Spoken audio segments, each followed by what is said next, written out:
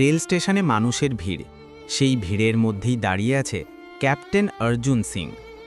2 মাস পর অবশেষে ছুটি পেয়েছে।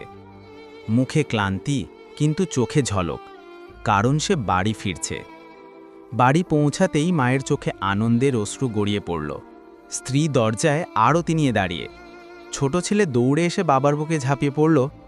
বাবা, তুমি আবার সীমান্তে যাবে? অর্জুন হেসে উত্তর দিলেও, হ্যাঁ বাবা, ওটাই তো আমার দ্বিতীয় বাড়ি। ছুটির দিনগুলো যেন উড়ে গেল।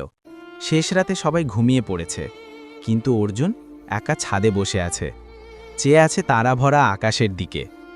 ধীরে ধীরে বলল, যদি আমি আর ফিরে না আসি, তাহলে মাকে বলো তার ছেলে এখনও সেখানেই আছে, যেখানে 3 রঙা পতাকা বাতাসে উড়ছে। পরের সকালে সে আবার রওনা হলো, সোজা হয়ে দাঁড়িয়ে, মুখে হাসি আর হৃদয়ে একটাই কথা, দেশ আগে, বাকি সব পরে। যদি এই গল্পটা তোমার হৃদয় ছুঁয়ে যায়, তাহলে কমেন্ট করো জয় হিন্দ আর সাবস্ক্রাইব করো আরও দেশপ্রেমের গল্পের জন্য।